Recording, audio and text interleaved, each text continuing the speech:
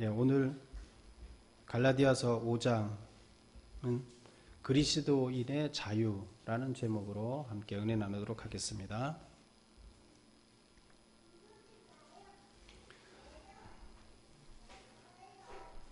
여러분은 지금 갈라디아서를 통해서 구원에 관한 이야기를 우리가 함께 계속 살펴보고 있습니다. 하나님의 법 안에서 구원받는 방법은 두 가지가 있습니다. 첫째는 여러분 생각해 보세요. 첫째가 뭐였죠? 두 가지가 뭐였죠? 한번 지금까지 제가 했던 것을 정리하는 겁니다. 구원받는 방법 두 가지. 하나님이 우리에게 준 율법을 다 지키면 구원받습니다. 하나도 안 빼놓고 다 지키면 구원받습니다. 이게 첫째예요. 두 번째는 예수 그리스도를 믿음으로써 구원을 받을 수 있습니다. 예수 그리스도께서 우리의 죄를 지고 돌아가셨다는 것을 믿음으로 인해서 우리가 구원받을 수 있습니다. 그 두 가지 방법밖에 없습니다. 그래서 이론상으로는 이 두 가지예요. 근데 실제로 두 가지 중에 두 가지 다 실제적으로 실천할 수 있는 거냐? 이론상으로는 다 구원받을 수 있지만 첫째 얘기한 것은 이론상이지 실제는 이루어질 수가 없습니다. 왜? 우리가 하나님의 율법을 다 지킬 수가 없기 때문입니다. 우리 인간들은 하나님의 율법을 다 지킬 수가 없어요. 하나님의 율법을 다 지키려면 우리의 생각이 없어야 돼요. 우리의 생각이 없고 그냥 로봇처럼 지키면 가능해요. 그런데 하나님께서는 우리에게 자유의지를 주시고 자유의지를 줬다는 것은 인격을 주셨다는 겁니다. 로봇은 인격이 없죠. 자유의지가 생각이 없어요. 그러나 하나님께서 우리에게 인격을 주시고 하나님처럼 될 수 있게끔 하기 위해서 자유의지를 줬어요. 스스로 결정하고 스스로 책임을 질 수 있는. 근데 그러다 보니 우리 인간들은 스스로 결정하는데 잘못 결정하고 스스로 책임지는 것도 잘 못하고 그러면서 조금 더 하나님 앞으로 나아가는 우리가 됩니다. 그래서 우리가 구원받을 수 있는 방법은 두 가지지만 실제로 율법을 다 지켜서 구원받는 것은 불가능하다. 그러면 현실적으로 구원받을 수 있는 방법은 한 가지밖에 없는 거죠. 율법을 다 지켜서 구원받을 수는 없기 때문에 예수님을 믿음으로 구원받을 수밖에 없습니다. 그래서 우리는 지금까지 쭉 공부해왔죠. 율법을 다 지킴으로써 구원받을 수 있다 하는 사람들을 우리는 율법주의자라고 이렇게 얘기를 했습니다. 그리고 예수님을 믿음으로써 구원받을 수 있다. 이것을 복음주의자 이렇게 얘기를 할 수가 있습니다. 복된 소식을 믿기 때문에 복음주의자. 그러면 사도 바울은 어느 쪽에 속했습니까? 복음주의자예요? 아니면 율법주의자예요? 네, 복음주의자죠. 근데 사도 바울이 처음부터 복음주의자는 아니었죠. 사도 바울은 철저한 율법주의자였어요. 그 유대인들 자체가 율법주의이기 때문에 그 율법주의를 철저히 지키는 사람이었어요. 그런데 깨졌죠. 왜? 예수 믿는 사람들을 잡아 죽이려고 잡으러 가다가 하나님이 바울의 눈을 쳐서 눈을 멀게 했죠. 그리고 이제 너가 생각하는 게 잘못됐다는 것을 봉사가 된 다음에 이제 깨우쳐 줍니다. 그래서 바울은 지금까지 알고 있던 것을 자기가 잘못 알은 거예요. 그러니까 하나님이 법을 바꾼 게 아니에요. 하나님이 변해서 그런 게 아니라 하나님의 법은 처음부터 다 그렇게 정해져 있었는데 유대인들이 그것을 잘못 이해하고 잘못 가르쳤죠. 그래서 사도 바울은 그때서부터 이제 참 율법을 하나님의 참 율법이 뭔지 하나님의 법이 뭔지를 오랜 시간 동안 공부했습니다. 우선 당장 그 일이 있고 나서 사막에 가서 40일 동안 기도하고 뭐 하여튼 한 10몇 년 동안 하나님 말씀을 공부하고 그리고 하나님 사역에 투입이 됩니다. 그래서 그 사도 바울이 이렇게 된 것은 사도 바울이 율법을 하나님의 법을 잘 이해를 못했었기 때문이에요. 근데 이제 드디어 바로 이해했어요. 그게 뭔지. 이해하게 되면서 이제 사도 바울은 율법주의자에서 복음주의자로 바뀐 거죠. 그러면 그 율법주의자들이 율법을 지켜서 구원을 받을 수 있다고 얘기하는 율법주의자들이 가장 중요하게 생각하는 율법이 뭐죠? 두 가지. 현실에서 가장 중요하게 생각했던 그들의 율법 두 가지가 할례 문제하고 그 다음에 안식일 지키는 거였어요. 그래서 그 두 가지를 안 하면 다른 것도 다 지켜야 되지만 두 가지를 안 하면 절대 구원받을 수 없다고 생각을 했어요. 그 율법으로 만들어서 그렇게 지키고 있었어요. 그래서 안식일은 뭐예요? 주일날 예배 드리는 거예요. 지금 얘기하면. 근데 여기 한 번이라도 빠지게 되면 구원 못 받는다는 거예요. 쉬워요? 어려워요? 엄청 어렵죠. 여러분 평생 동안 무슨 일이 없이 하루도 안 빠지고 예배 드릴 수 있어요? 주일날 꼭 성수할 수 있습니까? 그들은 목숨 걸고 지켰습니다. 그 다음에 할례. 안식일보다 이전에 먼저 더 중요한 게 할례였어요. 그래서 할례는 태어나자마자 8일째 되는 날에 이제 할례를 행했죠. 그 할례를 행하는데 문제가 된 것은 뭐냐면 유대교인 자체는 태어나면서 애들을 할례를 시키니까 8일 만에 할례를 시키니까 문제가 없어요. 그런데 이방에 가서 전도를 하게 되면 할례 받은 사람들이 없잖아요. 이방은 이런 유대의 문화가 아니기 때문에 물론 이 그 양피 끝을 자르는 이 할례는 유대교인들만 갖고 있던 문화는 아니에요. 중동 지역의 다른 부족들도 그것을 행하는 부족들이 있었어요. 그런데 어쨌건 유대교인들은 그것을 하나님의 아들이라는 표시, 하나님을 믿겠다 작정하는 그 결단의 표시로서 할례를 8일 만에 행했습니다.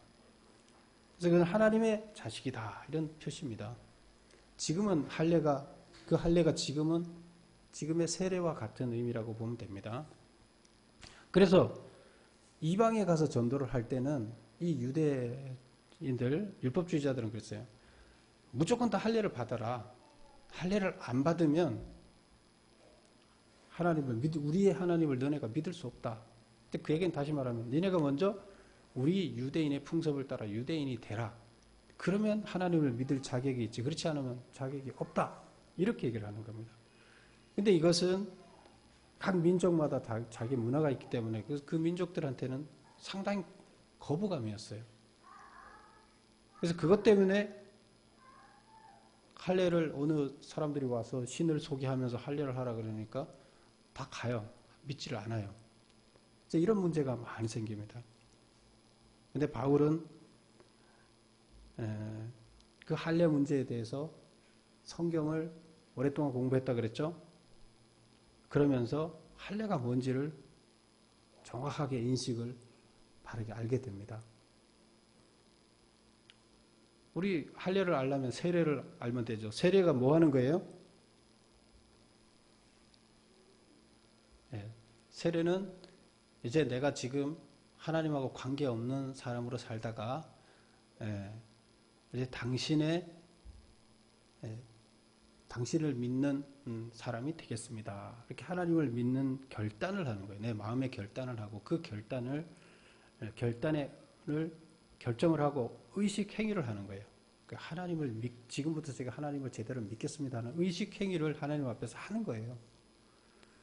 근데 이들은 어릴 때 태어나면서부터 이것을 했어요.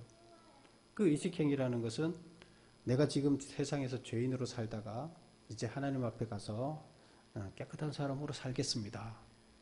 그래서 지금까지 살고 있던 죄된 삶을 버리고 하나님 앞에 새로운 사람으로 새롭게 태어나서 새로운 삶을 살겠습니다. 하나님이 원하는 율법에 따라 내가 새롭게 살아가겠습니다 하는 결단이에요. 그리고 의식행위를 하나님 앞에서 하는 거예요. 선서하는 거죠. 근데 이들은 태어나면서부터 부모가 이미 그런 결단을 시키고, 그건 뭐예요? 부모가 성인이 될 때까지는 내가 이 자식이 구별된 사람으로서 세상 사람들과 구별돼서 하나님이 원하는 율법을 따라 살도록 내가 관리를 잘 하겠습니다. 이런 결단이에요. 그리고 성인이 되면 자기가 알아서 하겠지만 어렸을 때는 부모가 그걸 지켜주겠습니다 하는 결단을 8일째 되는 날에 합니다. 그래서 그것은 이들은 율법주의자들은 그것을 이걸 하지 않으면 율법으로 그냥 생각, 이걸 하지 않으면 구원받을 수 없다예요. 여러분 세례 안 받으면 구원 못 받아요? 네, 그는 의식행위이기 때문에 할 수도 있고 안 할 수도 있어요. 근데 가능하면 세례를 다 받도록 그렇게 새로운 삶을 결단하고 살도록 하죠. 그러나 세례를 안 받았다 그래서 구원을 못 받느냐? 그렇지는 않습니다. 할례를 안 받았다 구원 못 받느냐? 그렇지 않습니다. 그래서 사도 바울은 이방에 가서 전도를 하면서 할례 받을 필요 없다 이렇게 얘기를 합니다. 그런데 이 유대교들은, 율법주의자들은 그렇게 생각을 안 하기 때문에 이것 때문에 많은 충돌이 생깁니다. 그래서 사도 바울은 이렇게 얘기합니다.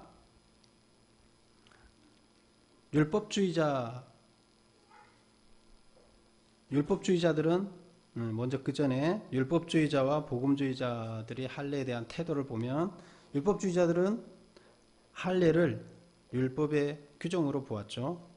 그래서 율법을 안 지키면 구원 못 받는데 할례도 율법의 중요한 규정이기 때문에 구원 받으려면 할례를 꼭 해야 된다. 그래서 구원의 조건이에요. 그래서 우리 하나님을 믿으려면 무조건 할례를 받아야 된다. 이게 율법주의자인데, 사도 바울의 입장에서는 할례는 구원 조건과 무관하다. 세례 안 받아도 되고 할례 안 받아도 된다. 그리스도인이 되기 위해서는 그리스도인이 되기 위해서 꼭 할례를 받아야 될 필요는 없다. 이렇게 얘기를 합니다. 그래서 사도 바울은 갈라디아 교인들이 할례를 받게 되면 어떤 부정적인 결과가 나타난다고 본문에서 얘기를 하고 있습니다. 그래서 2절에부터 4절까지 이제 쭉 얘기하는 것은 뭐냐 하면, 갈라디아 교인들한테 지금 편지를 쓰는 거잖아요. 갈라디아 교인들이 할례를 하게 된다 그러면, 할례를 받는다 그러면 너희들한테 안 좋은 결과가 나타난다. 그 안 좋은 결과가 뭐예요? 할례를 받는다는 것 자체가 뭐예요? 할례를 반드시 받게 한다는 것, 할례를 받는다는 것은 율법주의를 쫓아가겠다는 뜻이에요. 그래서 복음주의가 아니라 율법으로 구원받는 길을 내가 선택하겠다는 뜻이에요. 지금 이단들이 와서 사도 바울이 복음으로 구원받는 길을 가르쳐줘서 처음에 믿다가, 이단들이 와서, 거짓교사들이 와서 율법으로 구원받는 길을 가야 된다. 사도 바울이 말한 복음으로 구원받는 길은 거짓이다. 이렇게 얘기를 하고 있는 거죠. 그래서 지금 할례도 안 받고 가고 있었는데 율법주의자들이 와서 율법으로 구원받아야 됩니다. 그래서 할례 받아야 됩니다. 이렇게 얘기하는데, 그 할례를 쫓아갔다는 거 뭐예요? 율법주의를 선택했다는 거예요. 그럼 구원받는 두 길 중에서 어느 걸 선택한 거예요? 복음이 아니라 율법의 길을 선택했는데, 율법의 길은 가능하다, 구원이 가능하다, 안 하다? 네, 현실적으로 불가능한 거예요. 그렇다 그러면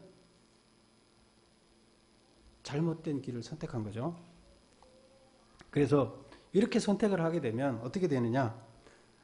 그리스도가 여러분한테 아무 유익이 안 된다. 예수님이 여러분을 위해서 십자가에 달려서 돌아가셨는데 그게 여러분하고 아무 상관이 없다 이거죠. 여러분 구원받는 데는 여러분을 스스로 율법을 통해서 구원받아야 되니까 예수님하고 전혀 상관이 없게 되는 거예요. 예수님의 죽음이 아무 상관이 없게 되는 거죠. 예수님이 여러분한테 유익이 안 된다 이렇게 얘기를 하는 거고요. 또 율법주의자가 되었기에 율법 전체를 행할 의무를 진다. 너희들은 지금 율법으로 구원받을 길을 택했지 않느냐? 그렇다 그러면 여러분들은 어느 하나도 어기면 안 된다는 거예요. 율법의 어느 하나라도 어기면 안 되는 거예요. 그럼 평생 동안 내가 하나님의 율법을 잘 공부해서 하나도 안 어기고 살기 위해서 엄청 고생을 해야 되죠. 그래도 가능하다 안 하다? 성경에서 아직까지 그 율법을 다 지키고 구원받은 사람 한 명도 없고 사도 바울은 앞으로도 그러지 못한다고 얘기를 하고 있어요. 왜? 하나님께서는 처음부터 우리 인간이 지키지 못할 법을 주셨기 때문이에요. 신만이 지킬 수 있는 법을 주셨기 때문에. 근데 왜 그렇게 했느냐? 우리가 어떻게 살아야 되는지의 규율은 하나님처럼 되게 하기 위해서 만들어 놓은 거기 때문에 하나님만이 지킬 수 있는 율법이에요. 그러나 그 율법을 지키지는 못하지만 어떻게 사는 게 맞는 것인지를 알아야 되고, 그것을 다 못 지키더라도 지키려고 노력을 해야 되고, 그리고 그 율법을 지키다 보면 변화가 돼 나가는 겁니다. 그리고 지키다 보면 내가 이제 죄인이다. 내가 다 지킬 수 없구나. 그래서 스스로 구원받을 수 없구나 하는데 이제 도달한다 그랬죠. 그렇게 되면 어떻게 됩니까? 겸손해지기 시작하고 내가 노력해서 구원받을 수 있는 게 아니구나. 그럼 누군가를 의지해서 결국 구원의 길을 가야 되는구나 깨닫게 되는 겁니다. 그 길을 깨닫게 하기 위해서 죄인임을 깨닫고 낮아지게 하기 위해서 하나님께서는 우리에게 율법을 주셨다는 겁니다. 그걸 다 지키라고 준 것이 아니라는 겁니다. 왜? 지킬 수 없기 때문에. 근데 그거를 우리는 다 지키라고 준 것으로 오해하고 그것을 위해서 평생을 고생을 하지만 결국 고생만 하고 구원받지 못하는 거예요. 고생만 하고 구원받지 못하고 종노릇만 하는 거죠. 율법의 종이 돼서 율법 때문에 절절매다가 구원도 못 받고 평생을 다 낭비하는 거예요. 여러분 그 길을 가고 싶으세요? 사도 바울은 그래서 얘기합니다. 여러분들이 그 율법을 선택해서 가게 되면 예수님하고 아무 상관이 없다. 예수님이 십자가에 여러분 구원하기 위해서 복음의 길을 열어놓은 데가 상관이 없다. 그리고 율법을 다 지켜야 된다. 이제 예수님이 율법의 종으로부터 해방시키는데 다시 여러분들은 율법의 종으로 다시 돌아가는 것이다. 그래서 그리스도와 이제 끊어지고 그리스도의 은혜가 여러분하고 아무 상관이 없게 된다. 왜? 그리스도의 은혜로 우리는 구원받는 게 복음인데 자기 은혜로 자기 의로 구원 받으려 하는 거기 때문에 상관이 없다. 이제 이렇게 얘기를 하는 겁니다. 그럼 어느 것을 택해야 되는 거예요? 복음주의를 택했던 여러분들이 지금 율법주의로 막 이단이 와서 얘기를 하니까 넘어갔는데 율법주의를 계속 택해야 되냐 이거죠. 아니라고 얘기를 하는 거죠. 그러면서 복음주의자들이 말하는 구원받는 믿음이란 믿음으로 구원받는다고 했을 때 예수 그리스도가 우리를 위해서 죽으셨다는 것을 믿음으로 구원받는다 이렇게 얘기를 했어요. 근데 그 믿음이 그냥 그 자체 그거 믿고 그냥 딱 끝나면 되느냐? 사도 바울은 5절 6절에서 그렇게 얘기를 하지 않습니다. 우리 5절 6절을 같이 한번 읽어볼까요? 5절과 6절 같이 읽겠습니다. 시작. 우리가 성령으로 믿음을 따라 의의 소망을 기다리노니 그리스도 예수 안에서는 할례나 무할례나 효력이 없으되 사랑으로서 역사하는 믿음뿐이니라. 5절에서 우리가 성령으로 믿음을 따라 의의 소망을 기다리노니 의의 소망을 기다린다는 얘기는 의로 말미암아서 소망, 의롭게 되려는 소망을 얘기합니다. 의롭게 되려는 소망. 의롭게 된다는 거 뭐예요? 의인이 된다는 거예요. 의인이 되는 거는 뭐 때문에? 예수님이 우리를 십자가에서 못 박혀 돌아가셔서 우리 죄를 없애고 우리를 의인이라 칭해 줬기 때문이에요. 근데 그거를 믿는 것을 지금 이렇게 얘기하고 있습니다. 믿음을 따라 의의 소망을 기다리고 있다. 내 의가 아니라 의롭게 되는데 믿음에 따라서 예수 그리스도가 죄를 지고 돌아가셨다는 것을 믿음으로 말미암아서 우리가 의인이 되려는 소망. 이제 그거를 얘기를 하고 있어요. 그리고 6절에서 보면 그리스도 예수 안에서 할례나 무할례나 효력이 없으되 사랑으로서 역사하는 믿음뿐이니라. 말이 좀 어려운 것 같죠? 그래서 이것은 무슨 말이나 하면 구원은 사랑을 동반한 참된 믿음에 의해서 가능하다 이런 얘기입니다. 다시 한번 구원은 사랑을 동반한 참된 믿음이다. 믿음이 예수님이 우리를 위해서 우리 죄를 대신 지고 다 돌아가셨잖아요. 그렇다고 우리한테 우리가 돈을 드렸어요? 뭘 했어요? 근데 사랑을 동반한 참된 믿음, 그 믿음에 사랑이 없으면 안 된다는 거예요. 예수님을 믿는데 사랑을 동반합니다. 그러면 그 사랑이라는 거 뭐냐? 타인을 위해서 자신을 희생하는 사랑의 구체적인 실천이 따르는 걸 얘기합니다. 예수님이 우리를 위해서 구체적으로 실천을 했어요. 죄를 지고 직접 몸으로 실천해 죽으셨어요. 그럼 우리도 똑같이 실천을 해야 된다고 결단을 하는 거예요. 예수님의 그 삶을 따르겠다는 거예요. 예수님이 우리를 위해서 그렇게 하셨으니까 우리는 하나님 나라를 만들기 위해서 우리는 희생하면서 사랑으로 희생하면서 그것을 만들어 가겠다. 그래서 정말로 예수님이 내 죄를 지고 돌아가시다 그러면 여러분 감사하지 않아요? 감사하면 그 감사의 표현을 해야 되잖아요. 믿는다는 것은 그 감사의 표현을 하는 거라는 거예요. 그냥 죽었어? 감사해. 그냥 형식적으로 거기서 끝나는 게 아니에요. 정말로 감사하다 그러면 내가 그 감사한 표현을 해야 돼요. 그 감사가 뭐냐? 사랑으로 감사 표현을 해야 돼요. 몸으로, 내 삶으로 살면서 다른 사람에게 사랑을 나눠주면서 예수님이 우리에게 나눠줬던 사랑을 다른 사람한테 나눠줌으로써 실천해야 됩니다. 이게 참 믿음으로 구원받는다는 거예요. 그냥 예수님이 죽으셨다는 사실을 난 믿어. 여기서 끝나면 구원의 완성이 되지 않는다. 이렇게 얘기를 하고 있습니다. 사도 바울은. 정말로 믿는다 그러면 자기도 똑같이 실천하라는 거예요. 그래서 구원받는 믿음, 이것은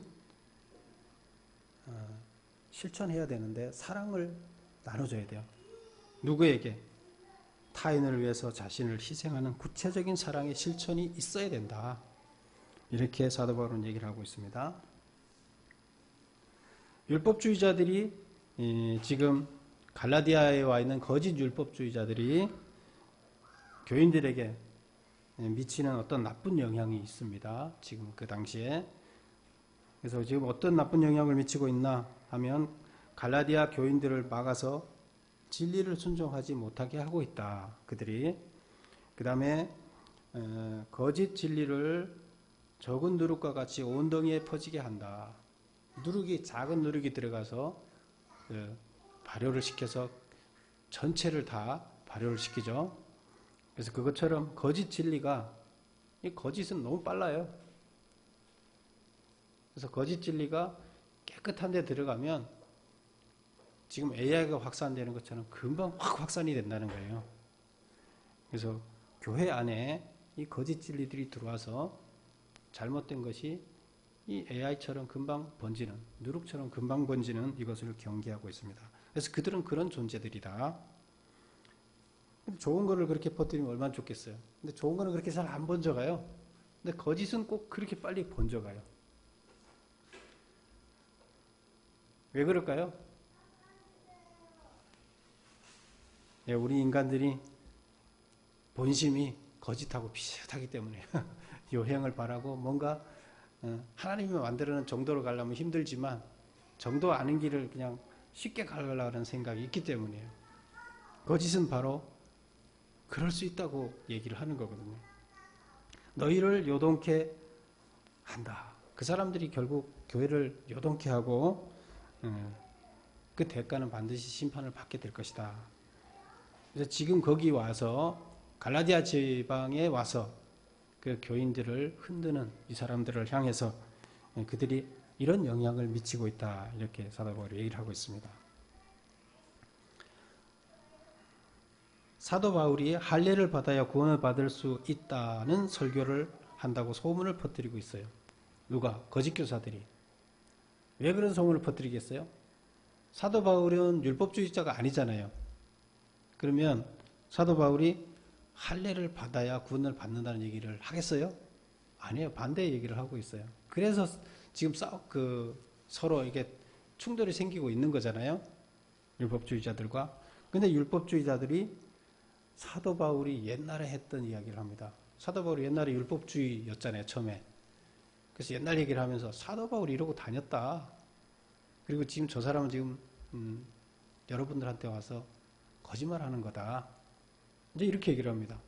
근데 그 중간에 왜 이렇게 변해서 이렇게 되는지 이런 얘기는 이제 다 없는 거죠. 옛날에 사도 바울이 가말리엘의 제자였고 예루살렘에서 율법을 철저히 지키던 자이고 그 사도 바울도 할례를 했고 할례를 반드시 해야 된다고 다 광고하고 다니고 그거 안 하는 사람들을 잡아가고 그런 사람이었다. 이제 얘기를 하는 거예요. 그 갈라디아 사람들은 그 중간에 그 변화된 걸 하나도 모르기 때문에 그러면 사도 바울이 지금 우리한테만 와서 지금 거짓말하는 건가? 뭐 이렇게 넘어갈 수 있죠. 근데 그게 금방 확산이 되는 거예요. 그래서 이런 얘기를 합니다. 그래서 사도 바울이 뭐라고 대답합니까? 그렇다 그러면 내가 왜 박해를 받겠느냐? 유대인들한테, 율법주의자들한테 내가 왜 박해를 받고 있겠느냐? 이런 얘기를 합니다. 그리고 율법주의자들이 사도 바울이 또 이런 얘기를 합니다. 율법주의자들이 거짓 교리를 스스로 배워버리기를 원한다. 근데 이거는 배경에 있는 이야기를 비유한 겁니다. 그 아티스 시베레라는 신이 있어요. 아티스 시베레라는 그 신이 있는데 그 여신이에요.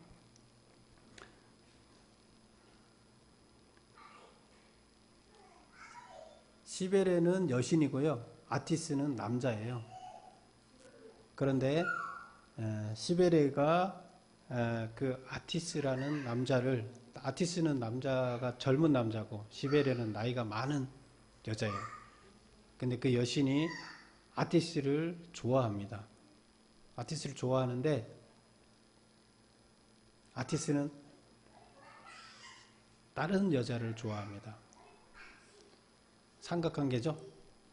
그런데 이 시베레가 신이기 때문에 아티스가 이 남자가 아티스라는 남자가 이건 다 신들의 이야기예요. 그 그리스 신화처럼 지금 이 갈라디아 지방에 있는 그 신화 이야기예요. 이거 신화인데 그래서 아티스라는 남자 신이 다른 여신과 결혼을 하려고 하니까 시베레가 신이니까 자기가 힘을 발휘해서 신의 힘을 발휘해서 아티스를 다른 여자랑 결혼 못하게 하고 미치게 만듭니다. 미치게 만드니까 시베레가 미쳐서 결혼식장에서 그 여자랑 결혼을 안 하고 자기의 생식기를 잘라버립니다. 그리고 죽습니다. 아티스가 죽어요. 나중에 또 뭐 그 죽었다가 부활했다 이렇게 얘기를 하고 그래서 시베레는 이 남자를 차지했다는 이런 그 이야기인데요. 그런 신화가 있어요. 그 이야기를 하는 건데 지금 여기서 그래서 아티스라는 남자가 베어버렸다. 그러니까 자기 생식기를 베어버렸으니까 어떻게 돼요? 자기의 가장 중요한 것을 베어버려서 이제 능력이 사라진 거예요. 생식 능력이 사라진 거예요. 지금 여기서 스스로 베어버려라. 근데 그거는 아티스가 자기가 스스로 미쳐서 자기가 자기 생식기를 빈 거예요. 그래서 제일 중요한 거를 잘라버린 거예요. 그러면 여기서 지금 율법주의자들이 스스로 베어버리라. 뭐를? 율법으로 구원받을 수 있다는 그 교리들을 스스로 베어버리기를 원한다. 이렇게 얘기를 하고 있어요. 근데 이 얘기는 지금 이것을 그들이 자기한테 제일 중요한 생식기를 잘라 버렸듯이 그들의 그들이 율법으로 구원받는다는 그 거짓 진리를 잘라버리기를 그들이 제일 중요하게 생각하는 걸 잘라버리기를 바란다. 이렇게 얘기를 하는데 우리는 이게 뭔 말인지 모르지만 그리고 원어로 안 나와 있기 때문에 이 그 원어에서 쓰는 용어들이 있는데 모르지만 사도 바울이 갈라디아에 보냈을 때는 갈라디아 지방에 있는 사람들은 이 문장을 보고 자기네 지방에 있는 신화이기 때문에 다 알아듣습니다. 그래서 거짓 교사들이 자기가 제일 중요하게 생각하는 것을 깨끗이 잘라버리기를 바란다. 율법주의를 잘라버리기를 바란다 이 얘기예요. 근데 이거를 왜 갈라디아 교인들한테 얘기를 해요? 그 얘기는 이들이 떨어져 나가는 것은 결국 자기의 율법주의를 잘라버리는 것은 갈라디아 교인들의 태도에 달렸다는 거예요. 갈라디아 교인들이 지금 복음주의를 확실하게 믿고 복음을 믿고 따르는 태도를 취하게 되면 결국 그들은 자기네가 설 자리가 없게 되면 자기네 것을 잘라버리는 거나 마찬가지. 자기네 율법주의를 잘라버린다. 이런 얘기가 됩니다. 그래서 사도 바울이 고린도 교인들이 하는 얘기는 너희들도 그 길을 지키지만 그래서 율법주의를 해서 구원을 받게 되지만 율법주의자 그들이 여러분들을 보고 스스로 율법주의를 잘라버리고 복음주의로 돌아서게 되기를 바란다. 그건 여러분들의 태도에 따라서 여러분도 구원받고 그들도 구원받는 길이다. 이제 이런 의미가 담겨 있습니다. 그래서 그런 깊은 의미를 전달하려고 이제 이런 그 나라의 이야기를 넣어서 이렇게 얘기를 한 겁니다.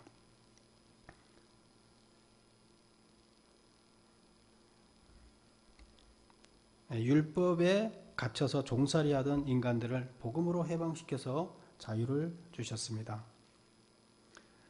근데 우리는 그 주어진 자유로 무엇을 해야 되냐 이거죠. 여러분 율법으로만 구원받을 수 있다 그러면 평생 동안 율법을 어기지 않게 살라고 열심히 고생을 하지만 결국에 뭔가 하나를 어길 수밖에 없는 우리고 구원 못 받게 되는 거예요. 그래서 율법의 종이 거죠. 그렇게 살면 너무나 힘들게 사는 거죠. 우리가 앞에서 봤듯이 하갈이 사라의 여종으로 평생 살았잖아요. 벗어날 수 없잖아요. 그 신분을. 근데 우리도 마찬가지로 그렇게 평생 그렇게 살아도 결국 구원받지 못하게 된다는 거예요. 근데 하나님께서 지금 그 길이 아닌 구원의 길을 주셨어요. 근데 그건 뭐예요? 그 율법을 지키지 않아도 구원받을 수 있는 길을 주셨다는 거예요. 이것은 율법으로부터 해방시켜주는 그 자유예요. 율법의 종이었던 우리를 해방시켰어요. 굳이 그 율법에 얽매여서 그걸 지키지 않아도 된다는 거예요. 해방이죠? 여러분 신앙생활 하면서 이것은 어마어마한 해방의 이야기입니다. 이 율법 다 지켜야 되게 안 지키면 구원 못 받는데 이렇게 생각해 보세요. 근데 그거 다 지키지 않아도 된다. 해방입니다. 그렇다 그러면 우리한테 자유를 줬는데 우리한테 율법을 다 안 지켜주는 아주 그 삶의 큰 해방을 줬는데 자유를 줬는데 그럼 그 자유로 우리는 뭘 할 거냐? 네, 13절에 같이 한번 읽어보겠습니다. 13절 14절 시작. 형제들아 너희가 자유를 위하여 부르심을 입었으나 그러나 그 자유로 육체의 기회를 삼지 말고 오직 사랑으로 서로 종노릇하라. 온 율법은 내 이웃을 사랑하기를 내 자신과 같이 하라 하신 말씀에서 이루어졌나이다. 자기 육체의 욕심을 위해서 자유를 사용하지 말라는 거예요. 자기 육체의 욕심. 우리한테 한없이 자유가 주어지면 우리는 그 자유를 가지고 뭐 해요? 오늘 풀이해요. 그러면 몸에서 오늘 맛있는 거 먹고 싶다? 그거 가죠? 그냥 그것대로 쫓아가는 것은 뭐예요? 육체대로 내 육체를 쫓아가는 거예요. 근데 그것을 여기서는 이렇게 얘기를 합니다. 육체의 욕심. 내 육체가 욕심을 부리는 것. 그 육체의 욕심을 쫓아가게 되면 안 된다. 육체의 욕심을 위해서 자유를 사용하지 마라. 그럼 뭘 위해서 사용하라? 오직 내 이웃을 위해서 사랑으로 서로 종노릇하라. 앞에서 우리 그랬죠? 믿는 자가 구원에 이르려면 그 믿음은 어떤 믿음이어야 된다?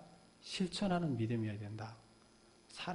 예수님이 우리를 위해 사랑을 주셨듯이 우리도 실천하는 사랑이어야 된다. 근데 여기서 자유를 줬다. 그러면 왜 줬냐? 사랑을 실천하라고 준 거예요. 그래서 이웃을 위해서 사랑으로 서로 종노릇하라. 섬기라는 거죠. 그리고 14절에 우리가 금방 읽었는데 온 율법은 하나님이 준 율법주의자들이 그렇게 중요하게 주는 율법, 그 율법은 내 이웃을 사랑하기를 내 자신과 같이 하라 하신 말씀에서 이루어졌다. 율법의 근본 정신이 뭐냐는 거예요. 왜 율법을 만들어 놨다는 거예요. 이렇게 살아야 된다 하는 율법을 만든 이유는 뭐냐? 내 이웃을 사랑하라는 거예요. 결국 율법의 정신은 이웃 사랑이에요. 하나님이 우리가 어떻게 살아야 되는지를 정해놓은 게 율법이잖아요. 그 율법에 왜 만들었나 하면 이웃을 사랑하게 하기 위해서 만든 거예요.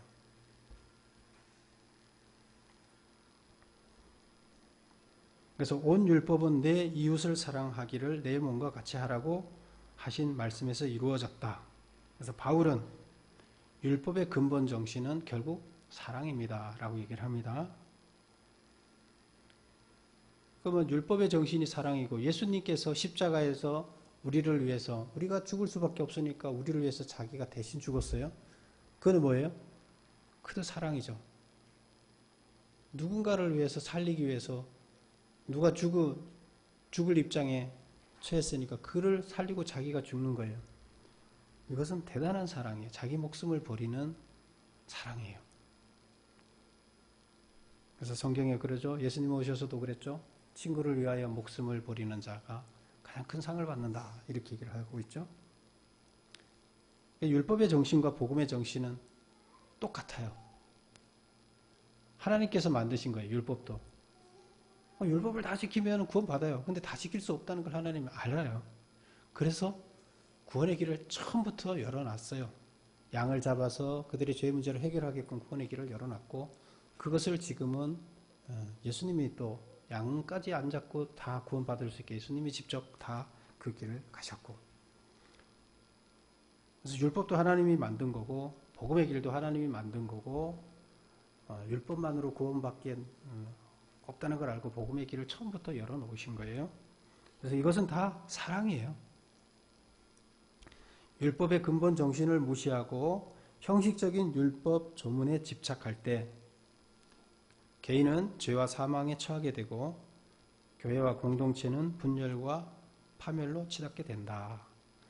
그러니까 이거는 율법주의자들이 지금 하고 있는 것이 바로 이렇게 분열과 파멸, 사망에 처하게 되는 거죠. 아무리 노력해도 구원받을 수 없는데 그 길을 선택해서 가고 있잖아요.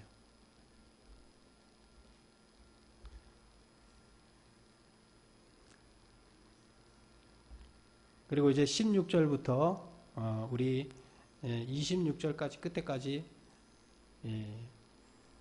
사도 바울은 마지막 결론의 이야기를 합니다. 5장의 결론의 이야기. 뭐냐 하면 우리가 육체의 욕심을 따르는 자와 성령의 인도를 따르는 자가 어떤 열매를 맺는가. 결국에 사랑의 실천을 하라 그랬는데 실천을 했으면 열매를 맺어야 되잖아요. 실천의 결과물이 있어야 되잖아요. 그 결과물이 사랑의 실천을 한 사람은 성령의 인도에 따른 사람이에요. 결국에 하나님이 우리한테 원하는 그 사랑의 열매를 맺는 사람이에요. 그러나 우리 육체의 욕심에 따라서 사는 사람들은 우리에게 준 자유를 가지고 개인의 욕심의 열매만 달립니다. 자, 그러면 한번 읽어볼까요? 개인의 욕심에 따라서 우리가 살았을 때 우리 결과물로 어떤 결과가 나타나느냐? 이거 15가지예요. 15가지인데 19절을 한번 볼까요? 19절 보면 첫 번째가 뭐죠? 음행, 더러운 것, 호색, 우상숭배, 주술, 원수 맺는 것, 분쟁, 시기, 분냄, 당 짓는 것. 이렇게 나누는, 팔을 나누는 거죠. 분열함, 이단, 투기, 술 취함, 방탕. 이렇게 해서 다 세어보세요. 15가지예요. 세어보세요. 직접.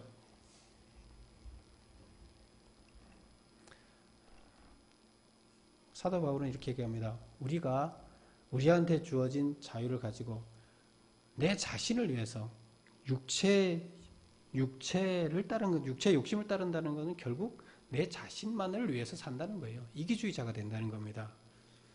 내 자신만을 위해서 살았을 때는 결국 자기 자신만을 위하고 이웃이나 공동체를 위하지 않는 거죠. 그랬을 때는 결국 자기만을 위하다 보니까 서로 자기만을 위하면 어떻게 되겠어요? 분열과 미움과 이런 것밖에 없는 거죠. 자기밖에 모르니까. 결국 자기 자신을 위했을 때는 이런 것밖에 남는 게 없다. 결과가. 하나님이 우리한테 구원받는 길을 준다고 율법 안 지켜도 된다고 다 안 지켜도 되니까 하면서 자유를 줬더니 그 자유를 가지고 자기 자신만을 위해서 사용했다. 이기주의자가 됐다. 그랬을 때는 이런 안 좋은 결과가 발생한다. 이것은 사랑의 열매가 아니기 때문에 참다운 믿음, 예수님을 제대로 믿은 게 아니기 때문에 구원받을 수 없다는 얘기입니다. 행동으로 실제 말로만 믿는 게 아니라 믿음의 결과가 나와야 되는데 행동으로 실천을 해야 된다 그랬죠. 그 행동으로 실천한다 그러면 결과물이 있어야 되는 거죠. 근데 그 결과물이 이런 거라고 그러면 결국 이기주의자로서 사랑 실천을 안 했다는 거예요. 자기 자신을 위해서 한 거지 사랑이 아니죠. 이것은 자기 자신만을 사랑하는 거지 이웃을 사랑하는 게 아닙니다. 율법의 정신은 뭐라고요? 이웃을 사랑하는 것이다. 그래서 그 다음에 보면 사도 바울은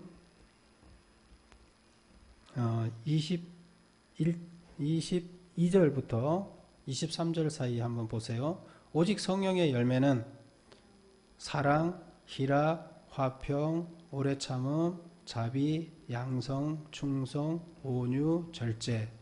몇 가지예요? 예? 예, 9가지입니다.